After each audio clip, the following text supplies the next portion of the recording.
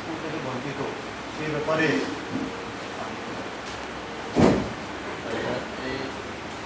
আমি আপনার প্রতি যদি এরকম থাকে তাদের right of student compulsory education act অনুসারে তারা যে কোনো স্কুলে ভর্তি হতে পারে, তারা যে স্কুলে চাইবে সেই স্কুলে তারা অ্যাডমিশন নিতে পারে। যেহেতু বিষয়টা আমরা জানাইছি, আমি ইমিডিয়েট তার অ্যাকশন নেবেন এবং যে কোনো স্কুলে ভর্তি হতে তারা যে স্কুলে বিদ্যার্থী স্কুলে তাদের একটা গাইডলাইন আছে, সেই গাইডলাইনে তো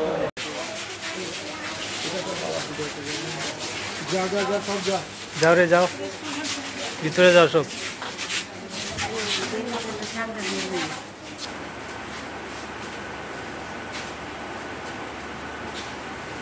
स्कूल पढ़ता है ये स्कूल है टीचर ये स्कूल है ना टीचर नहीं आप लोग मिले थे ना टीचर कुछ नहीं तुम क्लास 5 है तुम्हें 5 कुछ स्कूल पढ़ता है बोलता है ये स्कूल नहीं। अच्छा তোমরা সবাই এই স্কুলে নেই, সবাই কে কে এই স্কুল ছাড়া আছে দেখি হাত তুলো। স্কুল ছাড়া এই স্কুল না তুলে দাও তুমি। পাইবে দুইজন ফোরে ফোরে কয়জন হাত তুলো। ফোরে ফোরে কয়জন ফোরে में कौन-कौन आदमी पढ़ता है? তারা কামড়ে কেমন আছেন?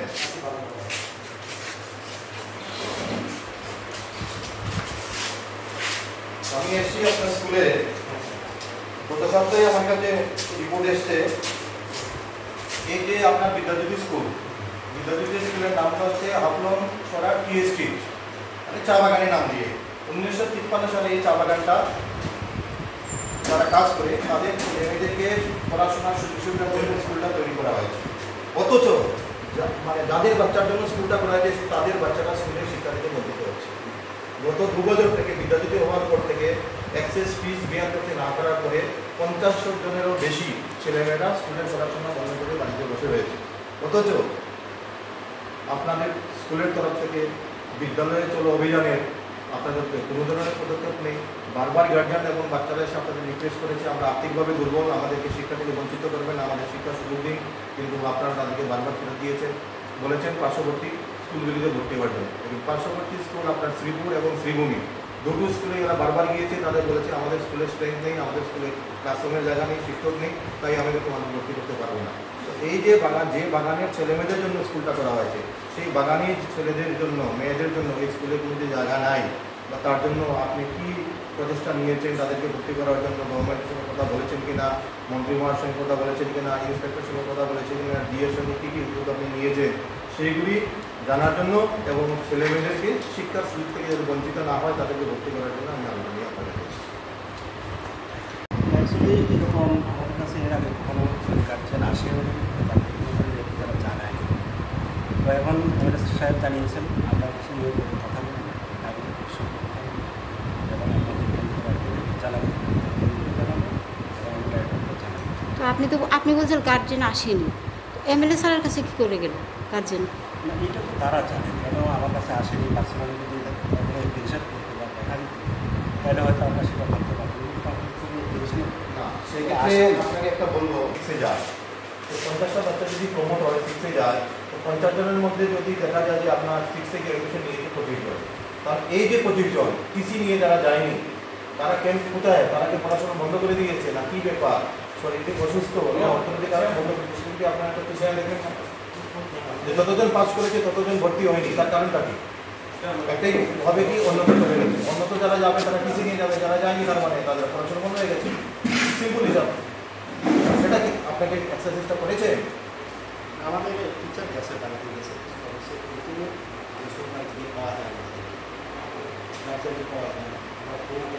না, আমি বলছি আপনাকে যেটা বলছি ম্যাথমেটিক্স যেটা আপনাকে বলছি যে 50 জন স্টুডেন্ট অ্যালাউ হয়েছে 5 থেকে 6-এ।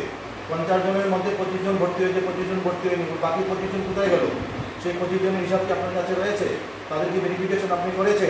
তারা কি টিসি নিয়ে, কতজন টিসি নিয়ে গিয়েছে? আর যারা টিসি নিয়ে যায়নি তার মানে পড়াশোনা বন্ধ হয়ে গেছে, তাদের কাছে আপনারা কি প্রুফ নিয়েছেন তারা বিদ্যালয়ে ফেরত আসার জন্য? এবং যেহেতু তারা গরিব, আপনারা জানেন এই স্কুলটাই হয়েছে বাগানিদের জন্য, বাগানের ছেলে মেয়েদের জন্য, নামের মধ্যেই রয়েছে বাগান। এবং আরএস অফিসে ভিজিট করার মূল কারণ কারণ হচ্ছে আজ থেকে 10 দিন আগে আমি এই এরিয়াতে এসেছিলাম একজন অসুস্থ রোগীকে দেখতে। এটাকে বাগানের পেছনে এখানে মুন্ডাটিলা বলে, তো যুগেন মুন্ডা। ওনাকে দেখার পর ওনার বাড়িতে দুটো বাচ্চা ছিল, ওদেরকে জিজ্ঞেস করলাম তোমরা কোন ক্লাসে পড়াশোনা করো? বলছে আঙ্কেল আমরা তো পড়াশোনা করি না, আমরা হাফলং টিএসটির যে বিদ্যাজ্যোতি স্কুল রয়েছে ওই স্কুলে পড়তাম, লেকিন স্কুলের ফিস দিতে পারি না বলে আমাদের এবছর অ্যাডমিশন হয়নি।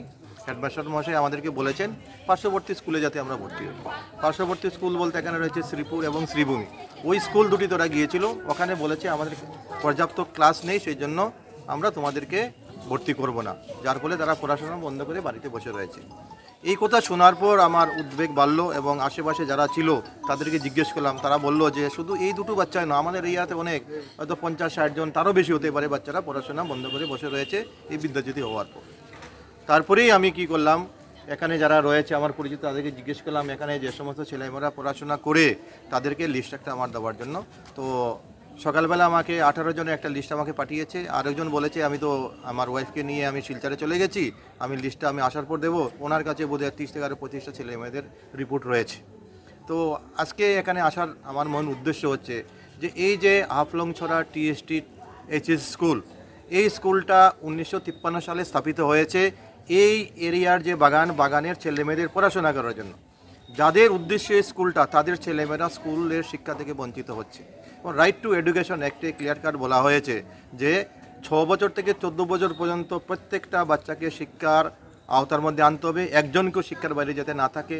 এবং সেই জন্য সেন্ট্রাল গভর্নমেন্ট স্কুল চলো অভিযানও শুরু করেছিল, লেকিন কতটুকু এটা কার্যকর হচ্ছে আজকের এই বাচ্চাগুলিকে নিয়ে আসার মধ্যে দিয়ে আপনারা দেখতে পেয়েছেন।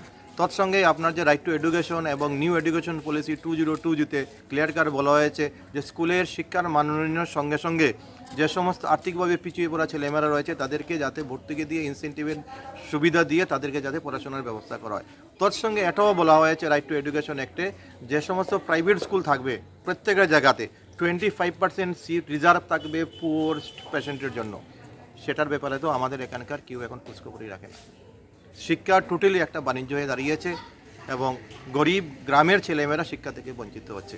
একদিকে যেমন পর্যাপ্ত পরিমাণে শিক্ষক নেই, অন্যদিকে বিষয় শিক্ষকের স্বল্পতা রয়েছে। যেমন এই যে বিদ্যাজ্যোতি স্কুল আমরা যেখানে এসেছি সেখানে আপনারা খোঁজ নিয়ে দেখবেন এখানে যারা এক্সট্রা কারিকুলামের জন্য যে 3 জনকে শিক্ষককে রাখা হয়েছে, ড্যান্সের জন্য, নাচের জন্য বা অন্য ওয়ার্ক এডুকেশনমূলকের কাজের জন্য, এই সমস্ত শিক্ষকদের দিয়েও রেগুলার তাদের ক্লাস করানো হয়, যেটা স্কুলের শিক্ষার মান উন্নয়নের জন্য এটা যথেষ্ট নয়।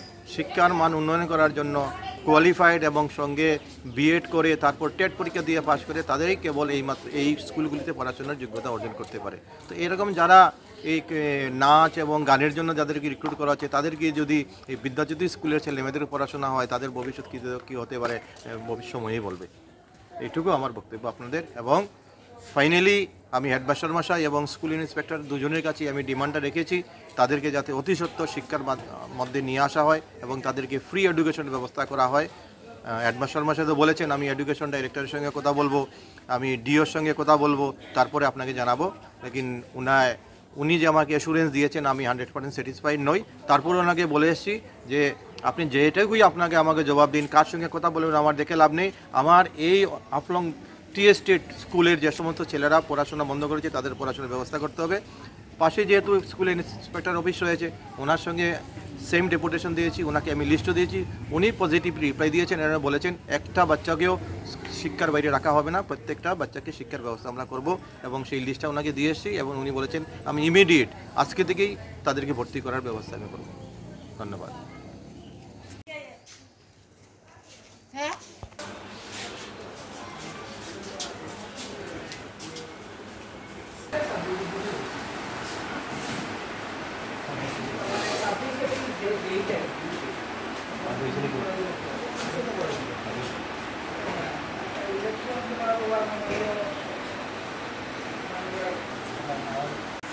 বিশেষ করে তোমরা লাগে তোমাদের যারা উচ্চ শ্রেণী আছে তারা তো পড়ে